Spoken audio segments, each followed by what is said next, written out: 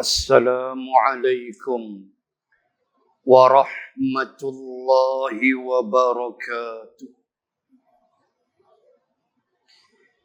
الحمد لله وكفى. أشهد أن لا إله إلا الله وحده لا شريك له، وأشهد أن سيدنا محمدا عبده ورسوله. اللهم صل وسلم على رسول الله وعلى آله وصحبه أجمعين. سبحانك لا علم لنا إلا ما علمتنا إنك أنت العليم الحكيم. بسم الله ما شاء الله، لا حول ولا قوة إلا بالله العلي العظيم.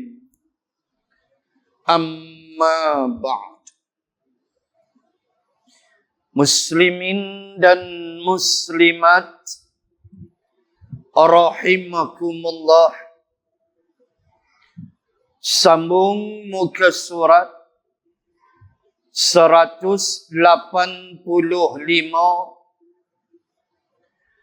masalah 107.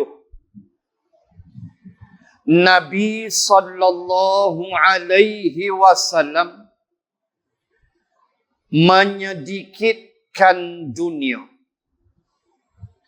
Masalah 107, muka surat 185, masih lagi beredar pada membahaskan sikap baginda Rasul sallallahu alaihi wasallam yang mengambil dunia ala qadar dalam kehidupan. Kita sambung masalah 107. Sesungguhnya tidaklah Nabi sallallahu alaihi wasallam itu sahaja menyedikitkan dunia dan tidak hirau akan kesedapannya dan tiada tamak mengumpulkan asbab bagi bersedap-sedap itu. Bahkan sahabat-sahabat Nabi sallallahu alaihi wasallam pun ikut turut seperti Nabi juga. Baik. Kita mulakan dengan membahaskan persoalan bahawa bukan sekadar Nabi sallallahu alaihi wasallam yang menyedikitkan dunia, kelaparan dan sebagainya, tetapi turut sama mengikut contoh Rasulullah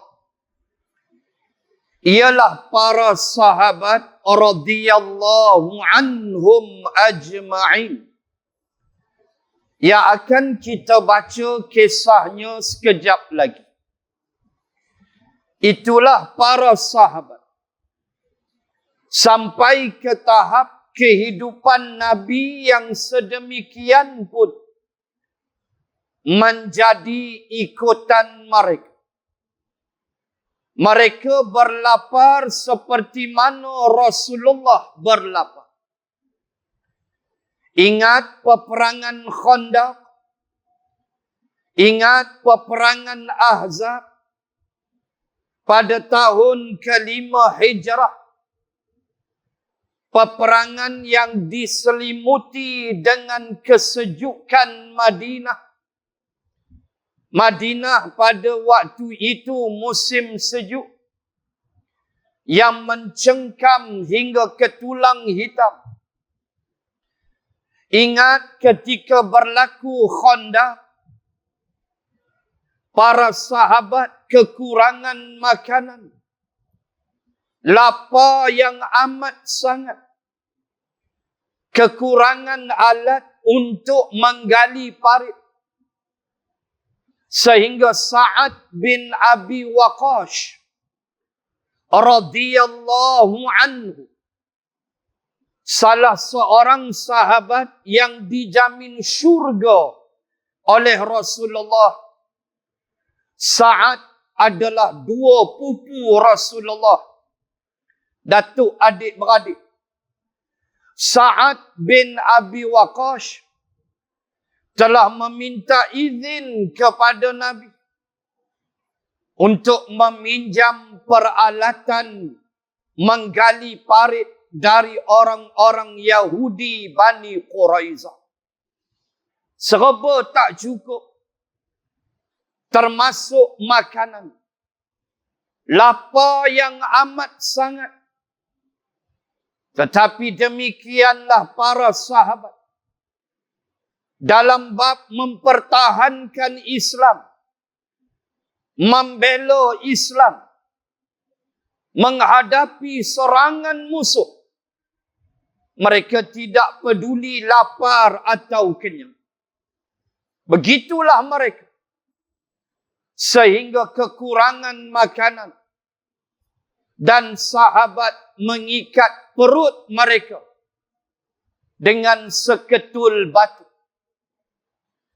Lalu Nabi tunjuk kepada mereka bahawa Nabi pun ikat batu di perut dalam perang Ahzab. Tetapi Nabi 2 ketul batu. Itulah kelaparan. Tetapi tetap Islam dipertahankan. Kita jangan jadi manusia yang kenyang tergolek di dunia. Menjadi pecacai penjilat-penjilat dunia. Tetapi membiarkan Islam diperkotak-katikkan oleh musuh-musuh Allah Subhanahu wa ta'ala. Apalah nilai hidup kita seperti itu? Dalam keadaan kita tahu kita semua akan mati bertemu Allah Subhanahu wa ta'ala. Kita akan berhadapan dengan mahsyar.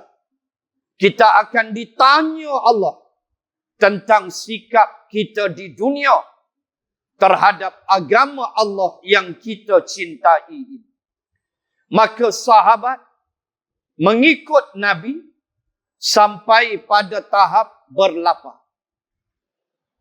Dengan kerana banyak daripada sahabat-sahabat Nabi itu yang menahan lapar ke atas diri, seorang daripada Baginda Ali bin Abi Thalib karramallahu wajhah radhiyallahu anhu, menantu bagi Nabi sallallahu alaihi wasallam, iaitulah suami bagi Fatimah radhiyallahu anha. Ada hal Baginda Ali sedikitkan dunia dan menahan lapar itu telah dikeluarkan oleh Abu Isa At-Tirmidzi. Akan hadisnya begini. Di antara contoh yang bakal kita lihat sekejap lagi adalah kelaparan yang ditanggung oleh sepupu Nabi sallallahu alaihi wasallam, Sayyidina Ali radhiyallahu anhu, seorang sahabat yang menerima Islam pada usianya 6 tahun. Seorang sahabat yang tak tahu kita nak cakap kepantasan, ketangkasan di dalam menghadapi musuh. Sayyidina Ali radhiyallahu anhu, seperti yang telah dirakam oleh Mahmud Al-Misri di dalam kitabnya Ashabur Rasul, ketika dia mengambil sahih di dalam Sahih Al-Bukhari, ketika Nabi sallallahu alaihi wasallam menyebut kepada Sayyidina Ali, engkau denganku adalah seperti Harun bersama Musa alaihi wassalam. Cumanya tiada lagi Nabi selepas ini. Itu dalam Sahih Al-Bukhari. Nabi kata Sayyidina Ali macam Nabi Harun kepada Nabi Musa. Itu dia darjat Sayyidina Ali.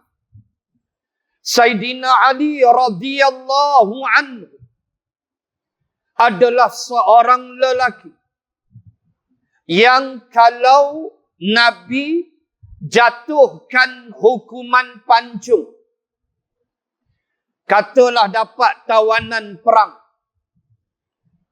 seperti Uqbah bin Abi Mu'ayyad laknatullah dalam perang Badar, ada tawanan yang Nabi tak bunuh dalam perang Badar, Nabi ambil tebusan, bayar duit.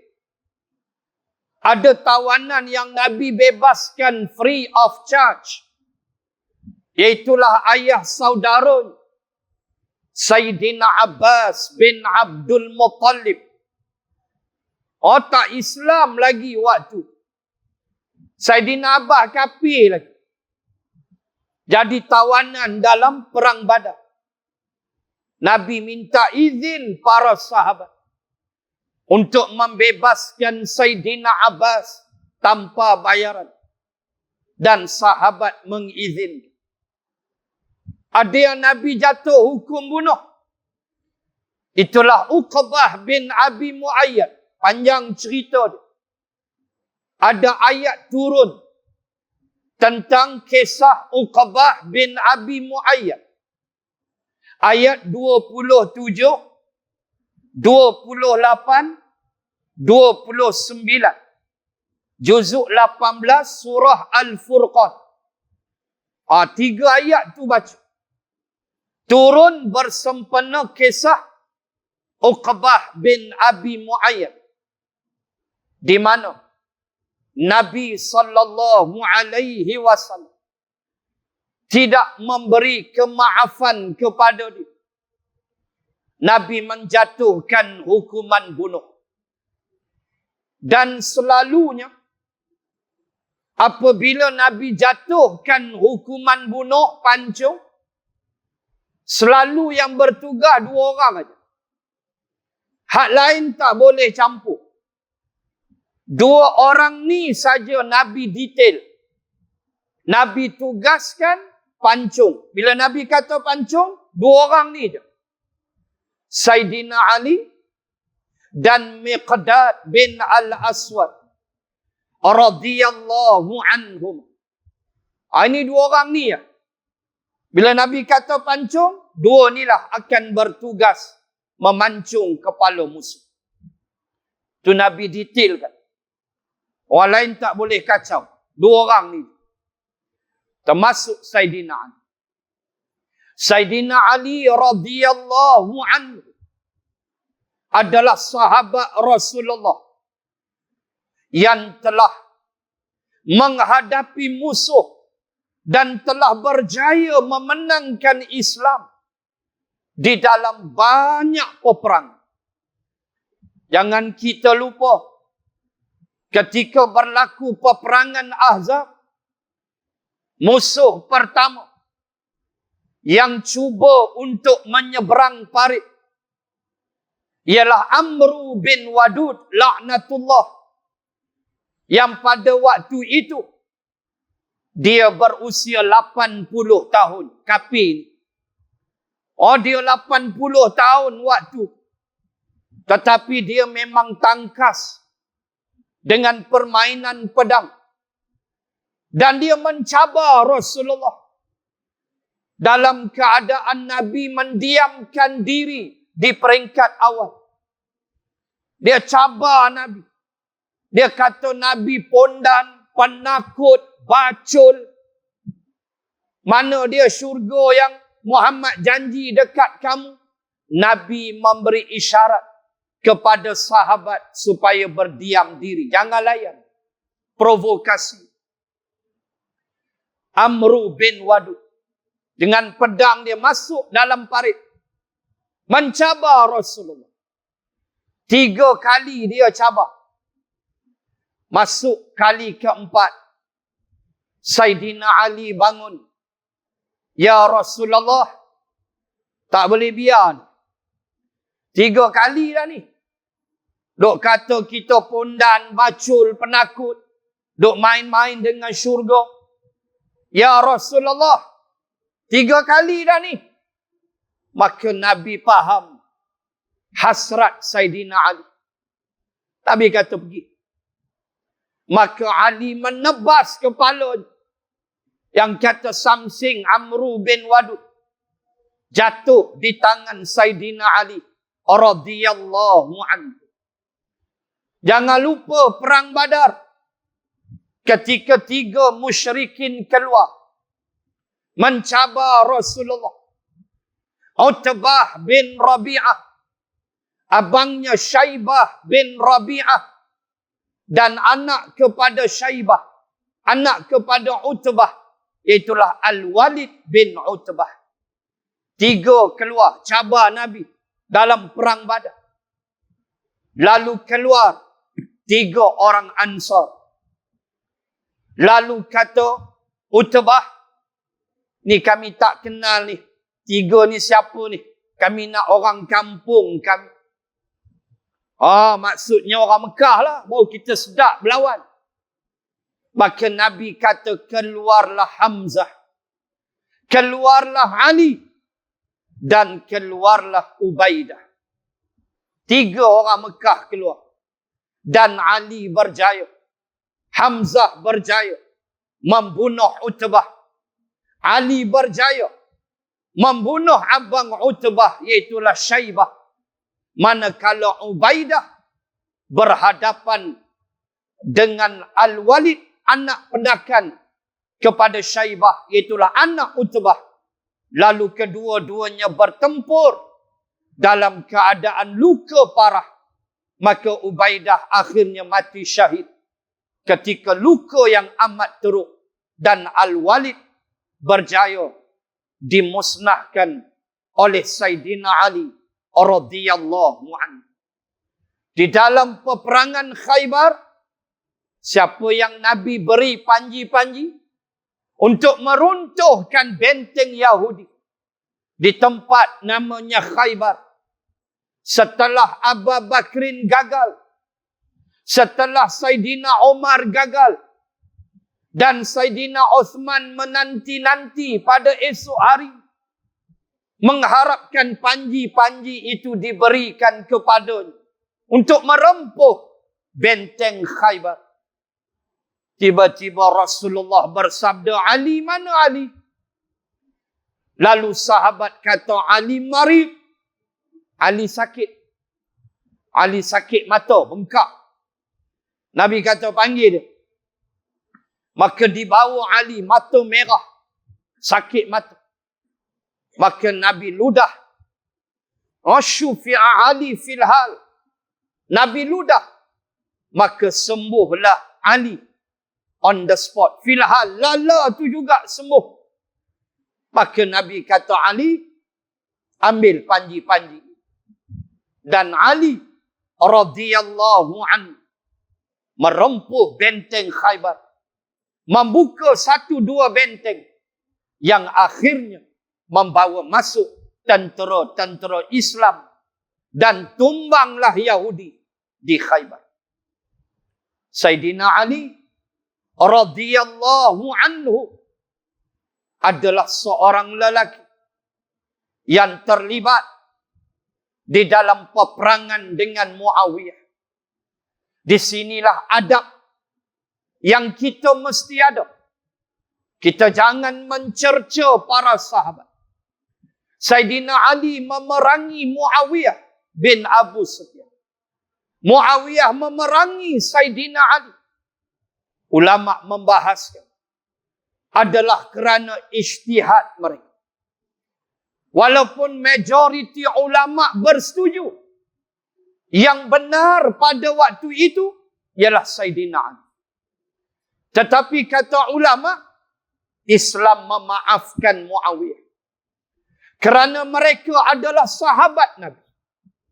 Muawiyah bukan calang-calang manusia. Abang ipar Rasulullah.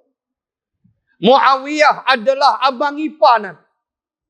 Kerana Ramlah binti Abu Sufyan, adik dia, adalah isteri Rasulullah. Muawiyah adalah penulis wahyu. Kita boleh baca Quran, antaranya jasa Muawiyah. Dia penulis wahyu. Maka ulama kata mereka berijtihad. Dua-duanya benar, kata ulama. Atas ijtihad mereka berperang. Walaupun ulama setuju kebenaran itu di pihak Sayyidina Ali. Tetapi ulama memaafkan Muawiyah kerana sifatnya seorang sahabat Rasulullah. Dan bagaimana? Berlakulah majlis tahkim dan sebagainya. Panjang cerita. Sehingga akhirnya terbitlah satu puak namanya Khawarij. Khawarij tidak bersama Ali, tidak bersama Muawiyah. Khawarij adalah golongan yang akhirnya bermesyuarat untuk membunuh Sayyidina Ali. Maka 15 Ramadan tahun 40 Hijrah di Kufah, di Iraq, ketika pusat pemerintahan dipindahkan ke Kufah, maka bagaimana ketika Sayyidina Ali keluar untuk menunaikan solat subuh, maka Sayyidina Ali telah ditikam oleh seorang Khawarij yang bernama Abdurrahman bin Muljam, laknatullahi alaih. Ditebas bahagian kepalanya, walaupun tidak putus. Tapi luka kepala Ali dan putus urat bahu. Begitu cepat dia dipukul dengan pedang. Urat bahu dia putus. Dan luka di bahagian kepala dia agak parah. Sehingga membawa kepada kematian Sayyidina Ali. Dan Abdurrahman bin Muljam dihukum pancung, dihukum bunuh.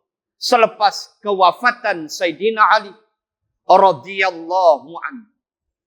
Allah panjang kalau kita nak sebut kehaibatan Sayyidina Ali. Di sana ada sebuah kitab yang dijual yang menyebut tentang senarai ucapan keramat Sayyidina Ali.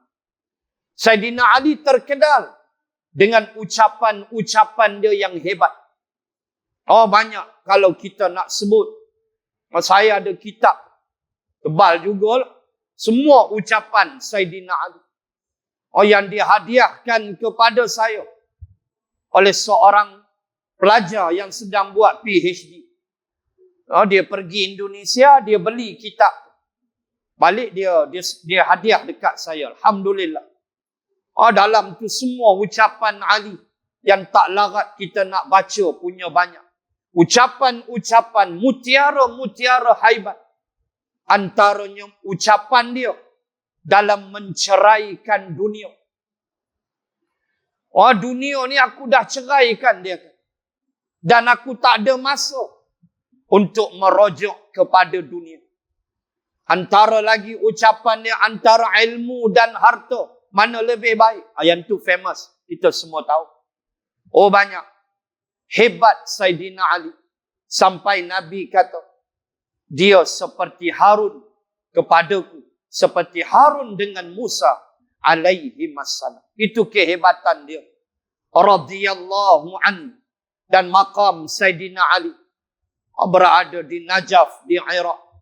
Tidak di Baqi'. Baqi' hanyalah Saidina Uthman. Manakala Abu Bakrin dan Umar bersama Nabi di dalam Masjidin Nabawi. Dan suka saya peringat bagi sesiapa yang berada di kawasan Raudah di dalam Masjidin Nabawi, berhati-hati. Kerana bila kita lihat tiang-tiang Raudah yang melekat di rumah Rasulullah, di rumah Nabi, tiang tu melekat. Ujung last sekali tiang tu dipanggil tiang wufud, tiang duta.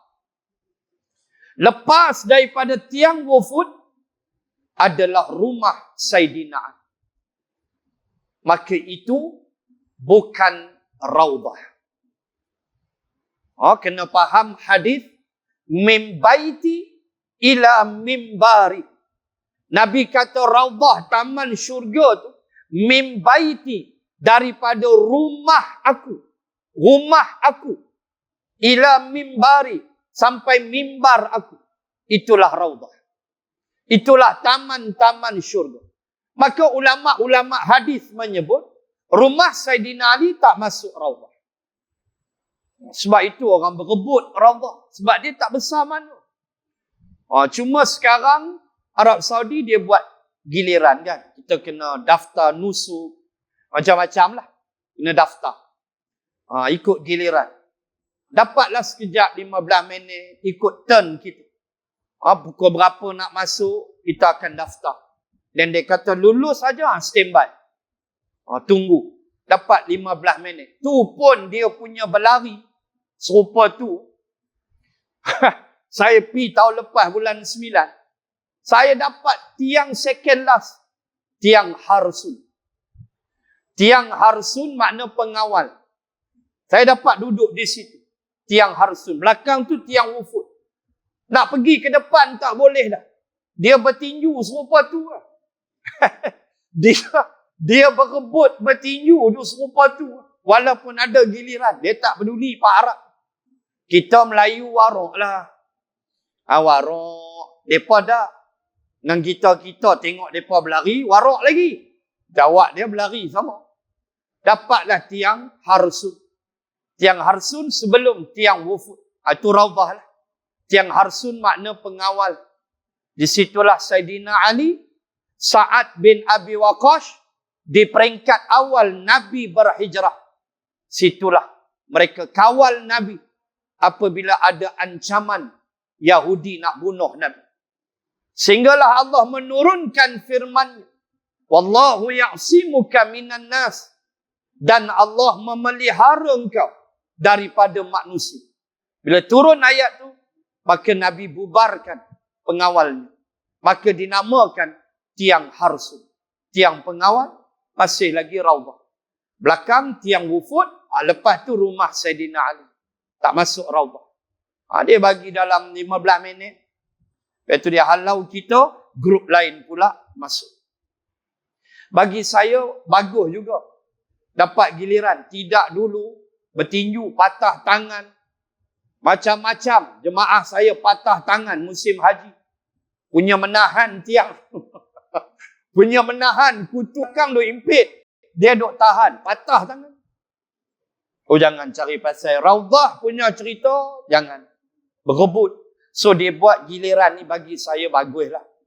At least kita boleh masuk juga. Walaupun 10 minit. dapatlah berdoa, kerana raudah kawasan mustajab, doa tembus sehingga 7 petala langit. Allahu Akbar. So nak pergi haji para hujaj, bakal duyufur rahman, ingat benda-benda macam ni supaya kita faham, kita tidak tersilap di dalam berada di kawasan raudah. Baik, kisah Sayyidina Ali. Kita baca sikit. An Ali ibn Abi Talib yaqul. Betulkan baris itu siapa ada kitab. Bukan yaqul, yaqul. Kharajtu fi yawmi syatin min baiti Rasulillah sallallahu alaihi wasallam wa qad akhadtu ihaban ma'tunan fahawwaltu wasatahu fa'adkhaltuhu unuqi washadattu wasati fahazamtu bi khusin nakhli wa inni lasyadidul ju'. Diriwayatkan daripada baginda Ali bin Abi Talib radhiyallahu anhu, berkata ia, keluar aku pada suatu hari yang sangat sejuk, musim dingin dan hujan, dari rumah Rasulullah sallallahu alaihi wasallam, kerana aku ada tinggal sama-sama dengannya, laki isteri, anak beranak aku. Baik, Sayyidina Ali kata, satu hari pada musim sejuk di Madinah, pada musim sejuk dan hari hujan. Oh, tak boleh bayang. Tak boleh bayang. Saya pernah rasa dengan jamaah haji saya 7 darjah Celsius. Pernah. Sekali.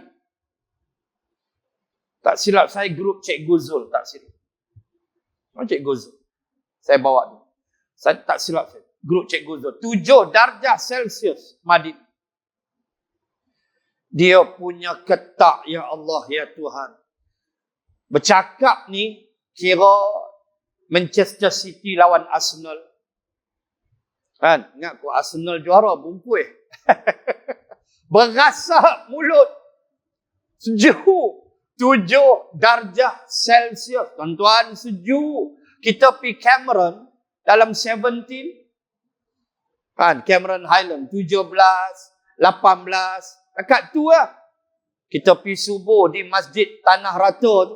17, 16. Dan lajak turun sikit 14. Tak adalah sampai 7, 6. Madinah, bila dia sejuk, siap. 7 darjah Celsius, saya pernah rasa. Dan Ali cerita, dahlah sejuk, musim hujan pula. Madinah ni dia jarang hujan.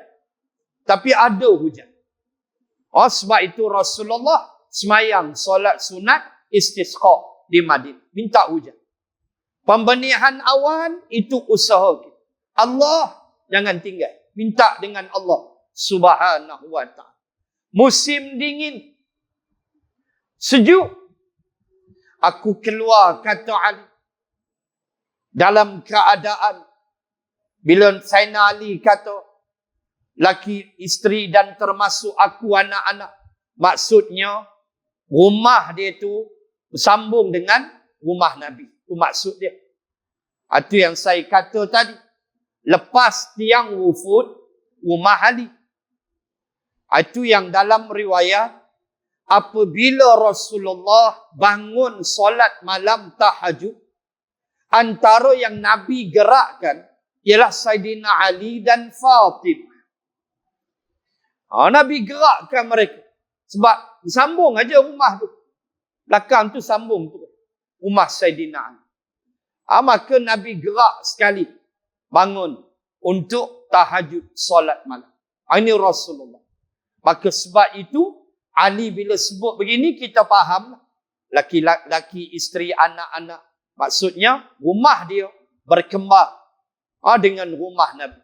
Sebab itu Nabi, ada kala khutbah Jumaat, Nabi sampaikan khutbah.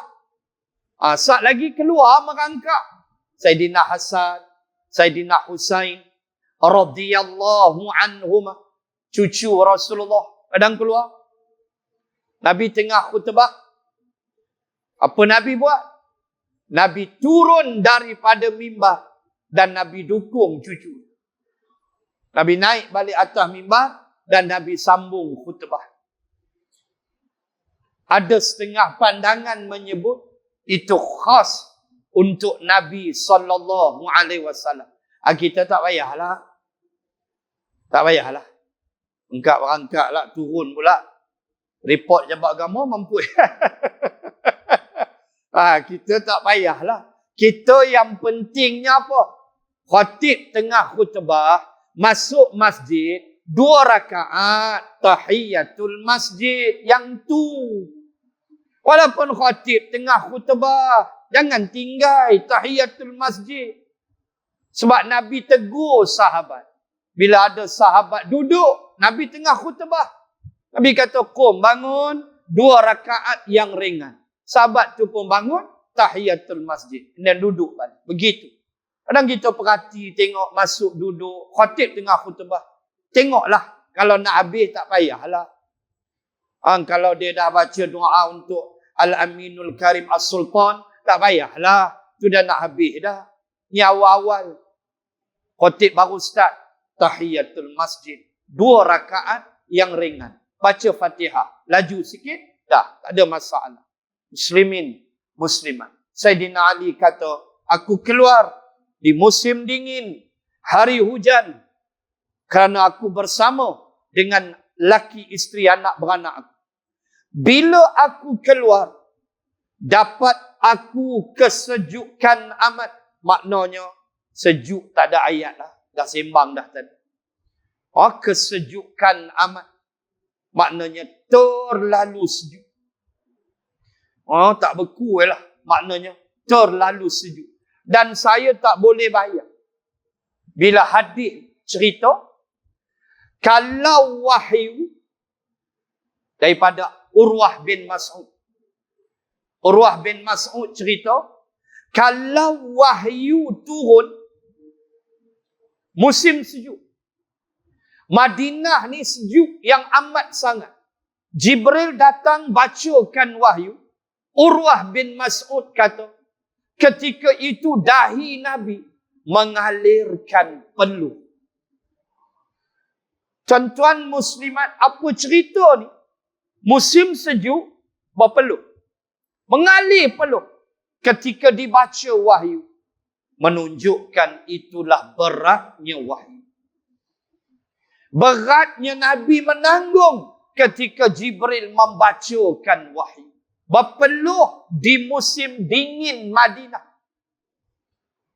Bayang. Kita kalau musim dingin sejuk masjid berpeluh teruk, confirm dah jantung, hampa pilah cek. Atau duduk dalam pejabat, baru masuk pejabat 8.30 berpeluh. Confirm dah SPRM nak main. Adalah tu. Projek mana harimat, adalah tu. Confirm dah. Kena tibai dengan SPRM lah tu. Berpeluh. Itu penyakit. Nabi berpeluh dalam sejuk. Kerana wahyu dibaca. Menunjukkan beratnya wahyu. Apa hal? Sampai dekat kita malas baca wahyu? Apa hal? 24 jam berlalu tanpa baca Al-Quran? Apa hal kita? Dalam keadaan 24 jam sekali pun tak buka Al-Quran? Apa nak jadi kita? Na'udzubillah. Na'udzubillah. Faqra'u ma tayassara min. Allah kata kamu bacalah Quran. Ma tayassar. Apa yang mudah bagi kamu. Baca. Saya mudah setengah juzuk aja. Setengah muka surat je Ustaz. Sila baca. Saya mampu 1 juzuk. Sila. Ada orang dia mampu 1 juzuk sehari. Bacalah. Ada orang 1 muka surat. Ada orang 2 baris. Janji baca hari-hari. Jangan jadi manusia yang tak baca langsung Quran. Di waktu yang sama, boleh baca WhatsApp punya banyak. Boleh baca akhbar. Boleh baca majalah. Tapi Quran tak baca. Nak jawab apa dengan Allah? Walaupun baca Quran tu sunat. Tak baca Quran tak berdosa. Sunat aja. Tapi apa jadi kita? Benda lain boleh baca. Quran tak nak baca. Apa hal? Apa teruk sangat kita? Quran ni kalam Allah.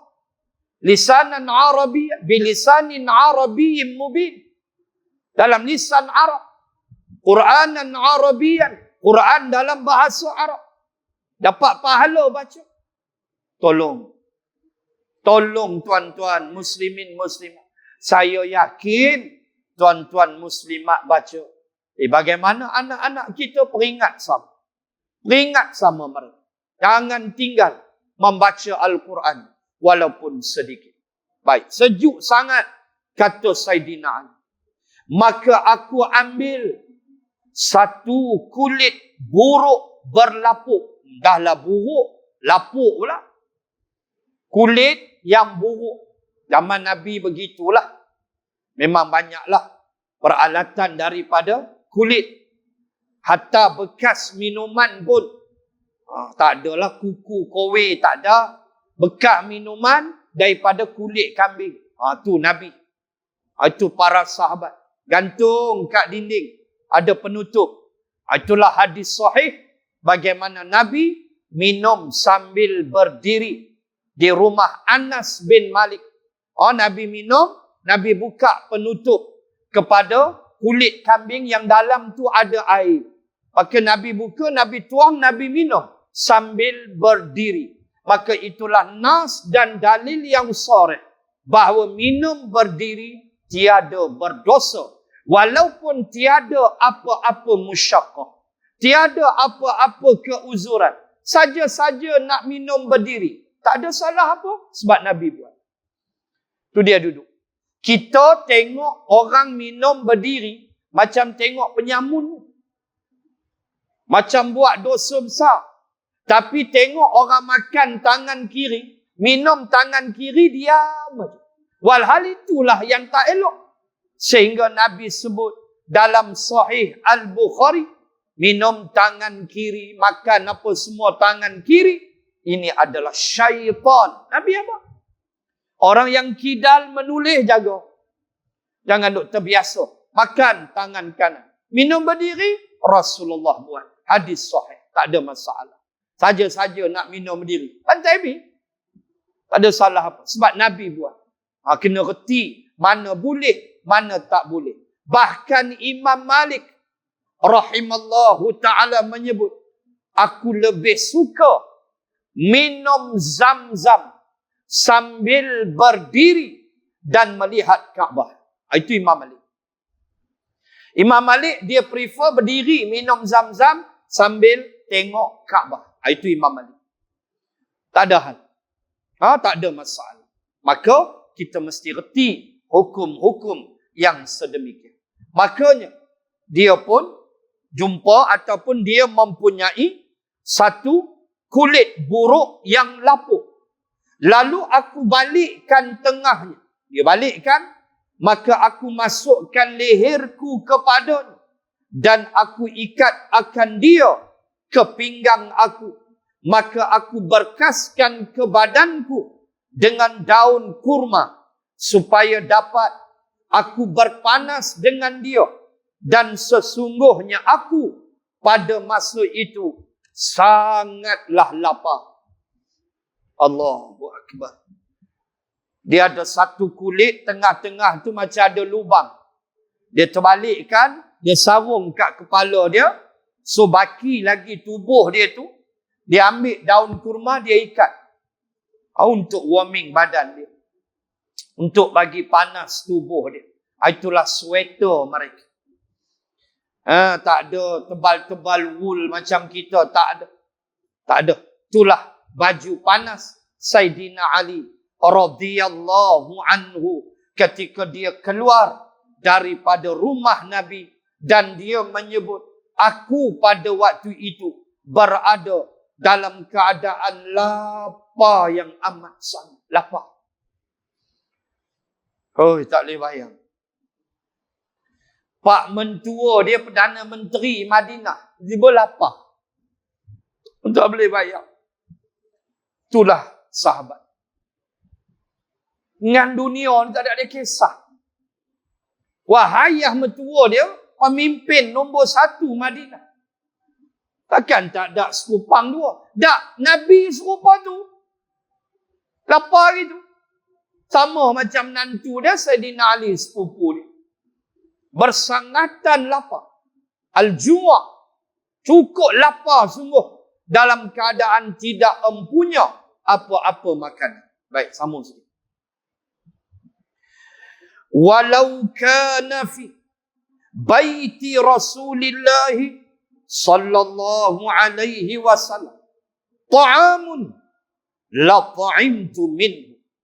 Dan jikalau sekiranya ada di dalam rumah Rasulullah sallallahu alaihi wasallam makanan, tentulah dapat aku makan daripada.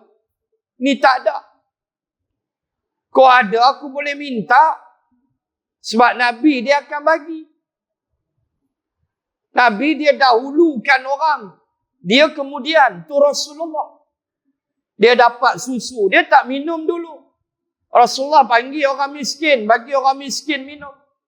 Adalah baki sikit, baru Nabi minum. Tu perangai Nabi. Badui cekik leher Nabi.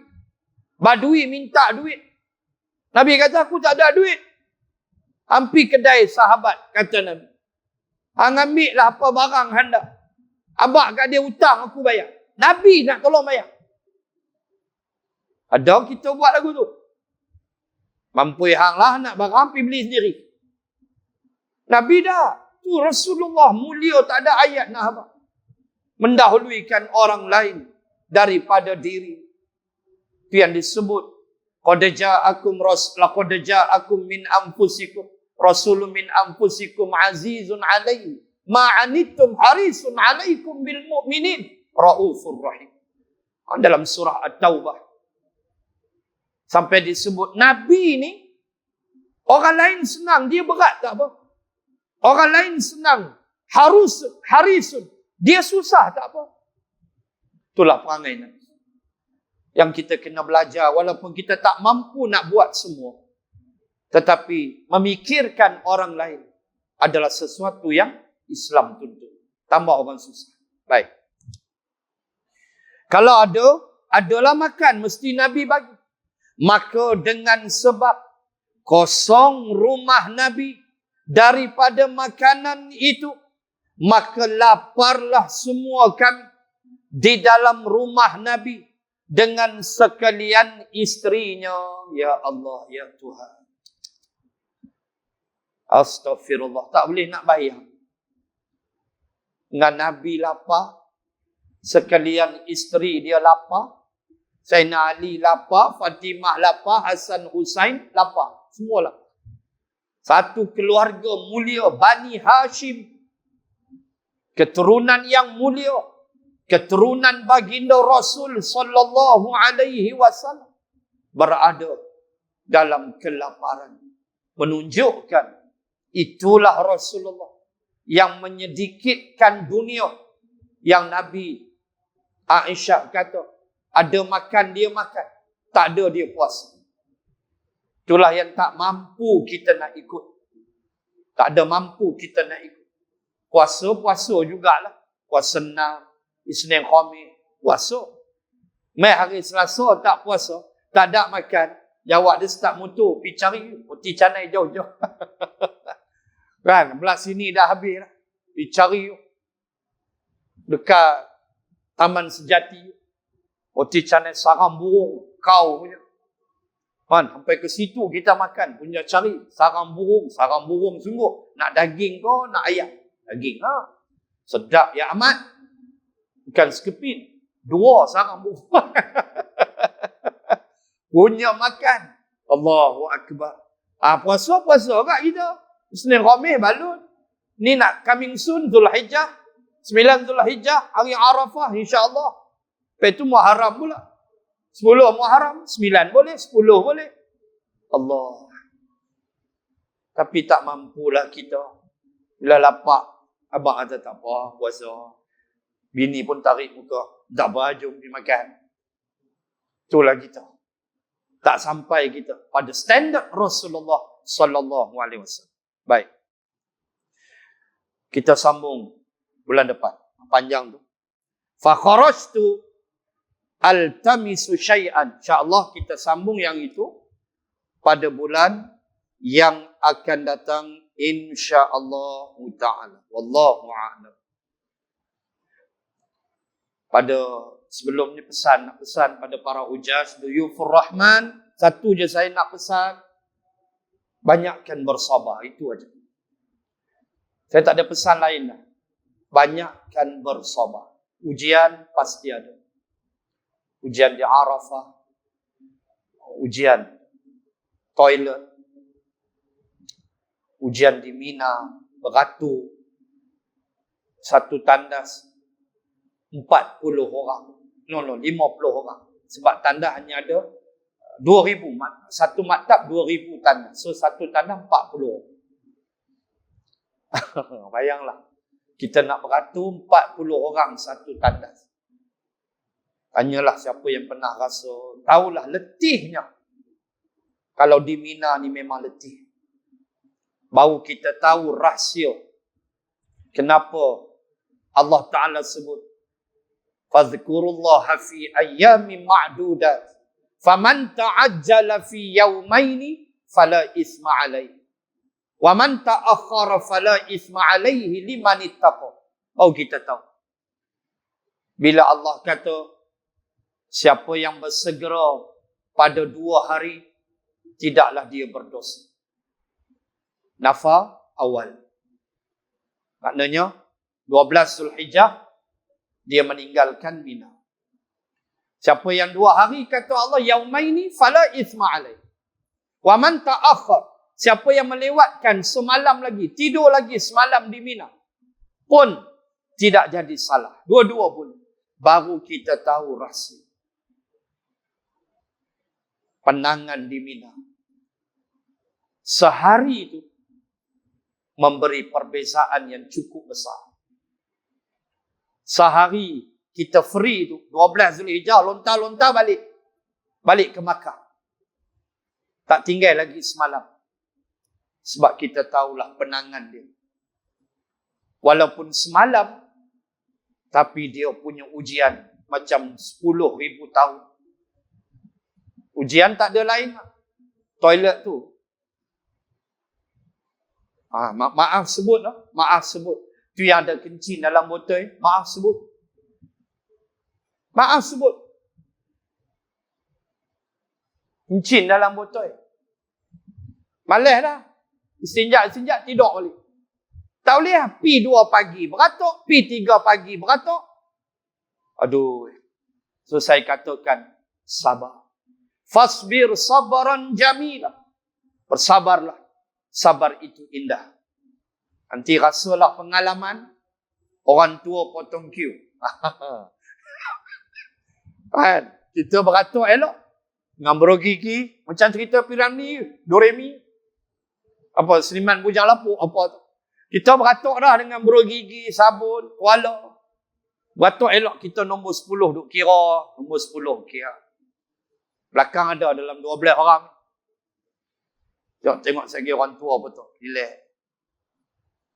Orang tua umur 70. Dia potong. Dia duduk depan toilet. Dia duduk. Dia sound pula kita. Empat nak marah aku, marah. Entah nak tahu apa? Baru lepas balik Arafah. Hampa nak mabrur ke nak malboro? Hampa pilih. Ya. Dia apa tu? Hampa nak marah aku tak tahan dah. Orang tua, umur 70 lebih. Dia duduk depan toilet tu, dia mencangkung kan tu. Kita pun buat bodoh. Dan 2 minit, kutu pula seorang lagi. Geng dia pula. Dia mula nak Marlboro. Ni kerja haji. Yang kata mabrur tu. Tu dia. Kita pun nak terburai ke pun. Bukan dia seorang, kita pun jenuh nak terburai juga. Tu yang cari botol. Allahu Akbar, tuan-tuan. Tu saya selalu pesan. Sabar, sabar, sabar. Nanti nak tawaf ifadah, nak tawaf rukun orang berjuta. Sabar. Ni bukan umrah, ni haji. Kena impit, lemah, tak bernapas. Saya pernah kena. Nak mati dah saya rasa. Saya nampak dah nak mati dah. Kena impit. Lemah, tak bernapas. Doa on the spot. Ya Allah, selamatkan aku. Tu dia kata doa depan Kaabah. Buka terus jalan. Lega kita. Rasa nak pecah dada, diimpit dia orang. Sabar. Allah, inilah kerja haji. Itulah mabrur dia. Allahu Akbar. Selamat pergi, selamat pulang. Ada yang dah pergi dah. Dan pulang dengan haji yang mabrur. Dan haji yang mabrur tentulah tak ada balasan kecuali syurga. Dan nak tahu mabrur ke tidak, kita balik, kita berubah. Kalau sebelum pergi downhill, balik Marlboro, confirm. Confirm haji Marlboro. Sebelum pi downhill, balik tukar jenama, mahal sikit, Marlboro. Lingkup. Balik mesti berubah. Barulah dia akan mabrur. Semoga selamat pergi, wahai duyufur Rahman. Sabar banyak-banyak. Di atas ujian yang bakal kamu akan jumpa. Terutama saya selalu sebut, di Mina. Itu paling kuat ujian, di Mina.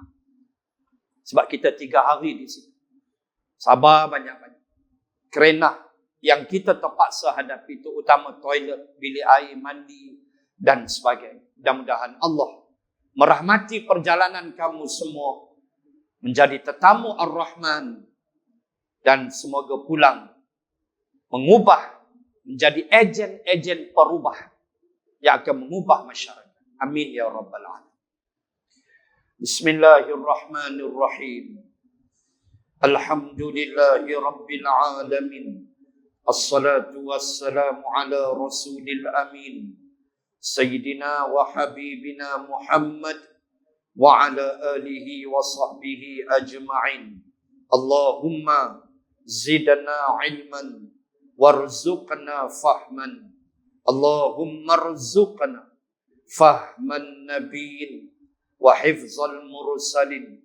Allahumma ij'al jam'ana hadha jam'an marhuma wa tafarruqana min ba'dih تفرقا معصوما.